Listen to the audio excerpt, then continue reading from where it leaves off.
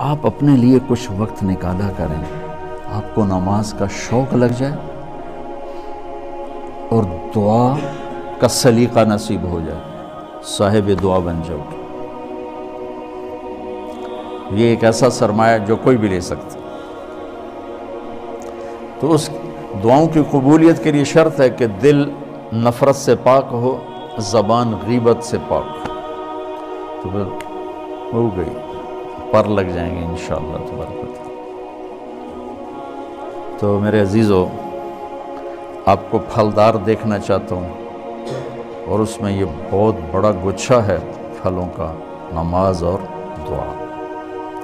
جیسے آپ اسباب کا اہتمام کرتے ہیں، باقی چیزوں نماز کا اہتمام کرتے ہیں۔ جو آپ کو تبلیغ میں نکالنے کی، بھیجنے کی جو تمنا رہتی، وہ اس لیے ہے کہ اب تزکیے کی، تبلیغ کے سوا اور کوئی طاقتور شکل کوئی نہیں ہے۔ اس لیے اللہ کے واسطے اس میں کوتاہی نہ کرو، اس میں جان نہ چراؤ، اس میں بھاگنے کے راستے نہ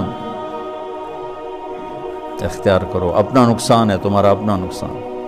اگر تم تبلیغ سے راہ فرار اختیار کرو گے مختلف ہیلے بہانوں سے، تو اپنے آپ کو دھوکہ دے رہو، اپنے پاؤں پہ کلہاڑی مار رہو۔ میرا کیا جائے، کیونکہ میں تو اپنی طرف سے محنت کر رہا ہوں، لیکن تمہارے اندر، میرے اندر ایک نفس بیٹھا ہوا ہے جو ہمیں خیر سے ہٹانا چاہتا ہے۔ اور اس وقت اس سے بڑی خیر کی شکل، بہت سی خیر کی شکلیں ہیں، سب کو سلام ہے، اس سے بڑی شکل کوئی نہیں ہے۔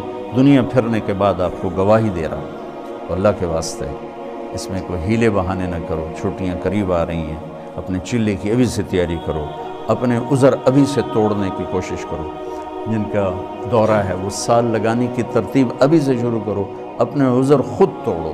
جو اس کے عذر بہانے آپ دیکھتے ہو، ان کا علاج خود کرو، تاکہ آپ عافیت کے ساتھ آپ کا وقت لگے، اور ان صفات میں آپ آگے بڑھو، تو آپ کا بھی نفع اور تمہاری تو فعل، ہماری قبر بھی روشن ہو جائے گی، آخرت بن جائے گی۔